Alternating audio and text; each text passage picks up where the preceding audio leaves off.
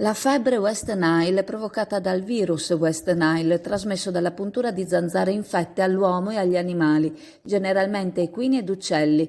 Circa l'80% delle persone infette non manifesta sintomi. Questi assomigliano ai sintomi simili all'influenza, raramente accompagnati da rash cutaneo. Meno dell'1% delle persone infettate sviluppa una malattia neuroinvasiva come meningite, encefalite o paralisi flaccida. Il rischio però aumenta con l'aumentare dell'età, oltre i 60 anni.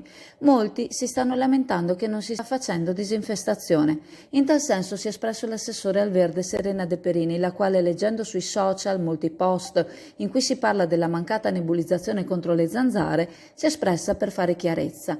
Le direttive regionali in materia sono molto chiare, soprattutto, stando ai dati dell'UIS, sembra che gli interventi larvicidi che il Comune sta facendo ormai da mesi stiano dando ottimi risultati.